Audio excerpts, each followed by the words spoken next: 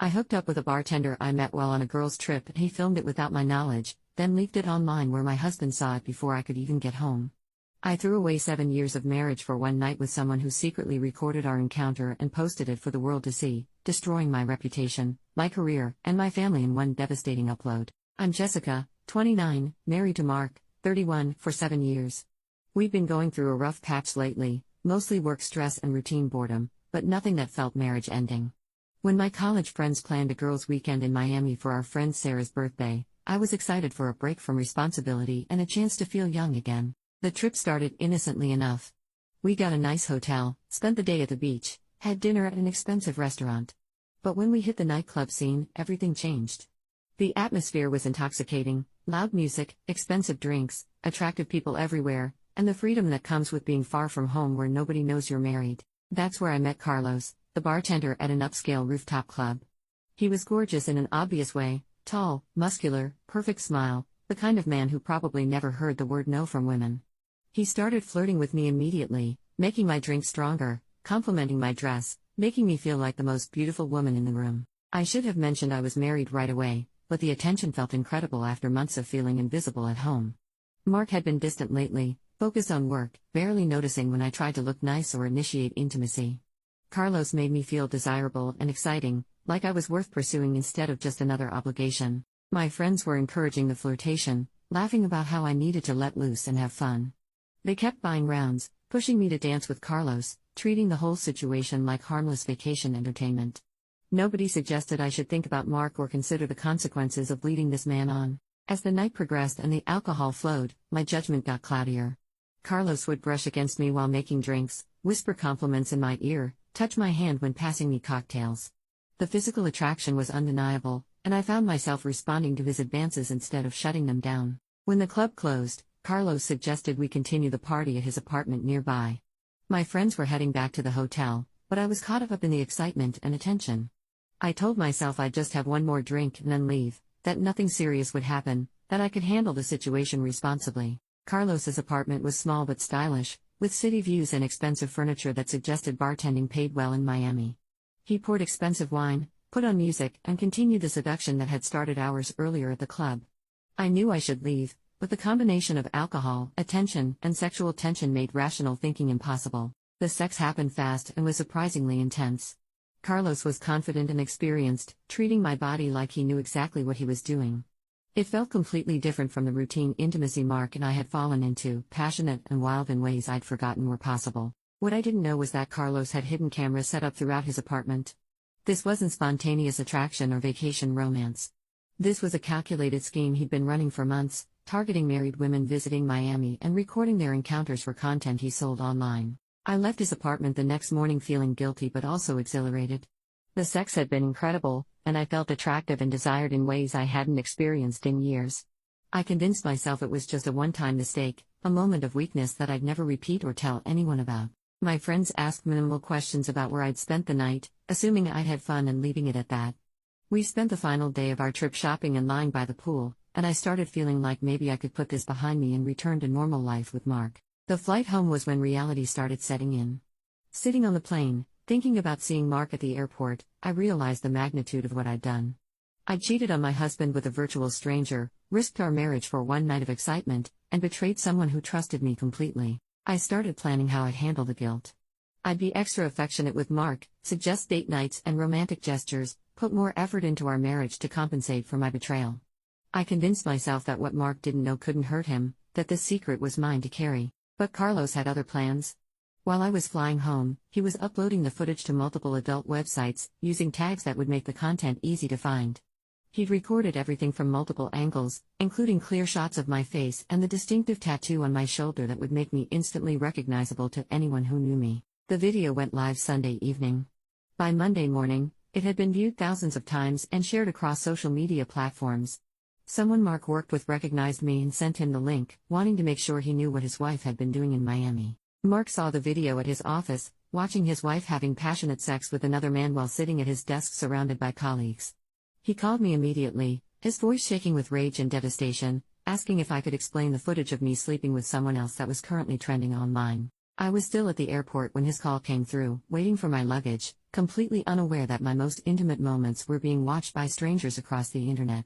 The shame and panic hit me like a physical blow as I realized my marriage was ending in real time, destroyed by someone who'd betrayed my trust as thoroughly as I betrayed Mark's, then leaked it online where my husband saw it before I could even get home. I drove home from the airport to find Mark packing his belongings and a printed copy of divorce papers on the kitchen table. He wouldn't even look at me, just kept folding clothes and putting them in boxes while I tried to explain that the video had been made without my consent, that I'd never agreed to be filmed. Mark's response was devastating in its simplicity. He said it didn't matter whether I consented to the recording because I definitely consented to cheating on him. The video was just evidence of a choice I'd already made to destroy our marriage. He was right, and I had no defense. The video had spread faster than I could have imagined. By the time I got home, it had been shared on multiple platforms, downloaded thousands of times, and was being discussed on forums where people were trying to identify me. Someone had already connected it to my social media profiles, and strangers were leaving comments about my performance and appearance. My job at a marketing firm became untenable within days. The video had reached several of my colleagues, and my boss called me in for a meeting about how this was affecting the company's reputation. They couldn't fire me for my personal life, but they made it clear that my career there was effectively over. I resigned before they could force me out, but finding new employment became nearly impossible. Potential employers would Google my name and find the video within minutes. The footage had been uploaded with my full name in the title, ensuring it would follow me forever. The legal options were limited and expensive. Carlos had filmed me in his own apartment, and proving I hadn't consented to recording would be difficult and costly. My lawyer said I could try to sue, but Carlos had probably made minimal money from the video, and pursuing him would just draw more attention to the footage. My family was devastated when they learned what had happened. My parents had loved Mark like a son and couldn't understand how I'd risked everything for one night with a stranger. My sister was particularly harsh, saying I'd gotten exactly what I deserved for cheating and that she felt sorry for Mark, not me. The social media harassment was relentless. Strangers found my profiles and left comments calling me names, sharing the video, and making crude suggestions about my sexual preferences. I had to delete all my accounts and essentially disappear from social media entirely. Mark refused couples counseling or any attempt at reconciliation. He said he couldn't be married to someone whose sexual encounter with another man was available for anyone to watch online. He couldn't trust me, couldn't forgive me, and couldn't live with the public humiliation of staying with me. The divorce was swift and brutal. Mark kept the house, most of our assets, and made it clear he never wanted to see me again. His family, who'd welcomed me for 7 years, cut off all contact.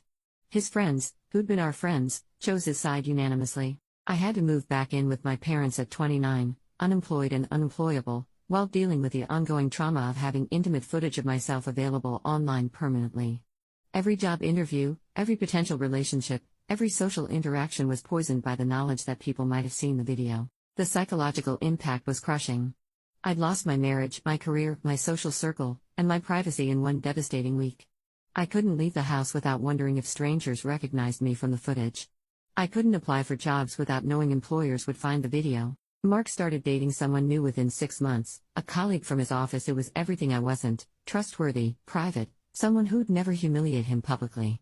I heard through mutual acquaintances that he seemed genuinely happy, like he'd been freed from a burden he didn't know he was carrying. Carlos continued working at the same club, probably targeting other married women visiting Miami. The video had made him money and cost him nothing, while destroying my entire life.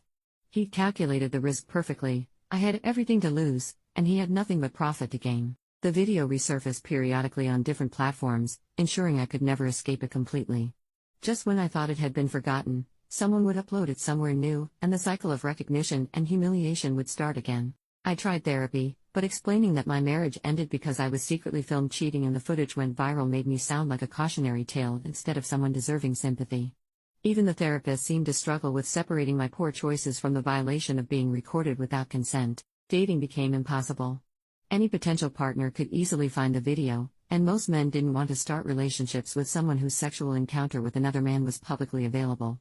The few who didn't care about it wanted to date me specifically because of it, which was somehow worse. My career never recovered. Even jobs in different industries became difficult because the video would eventually surface. I ended up working retail and food service, jobs where background checks were minimal and recognition was less likely. The girls who'd encouraged me to flirt with Carlos gradually distanced themselves from me. They were embarrassed to be associated with someone who'd become internet infamous, and our friendship group dissolved under the weight of my scandal. 5 years later, I'm still dealing with the consequences. I'm unmarried, underemployed, and living a much smaller life because of one night I thought I could keep secret. Mark has moved on completely, married someone else, and built the life he deserves with someone who won't betray him. Carlos got away with everything. I lost everything. And somewhere online, that video is still circulating, ensuring I'll never fully escape the worst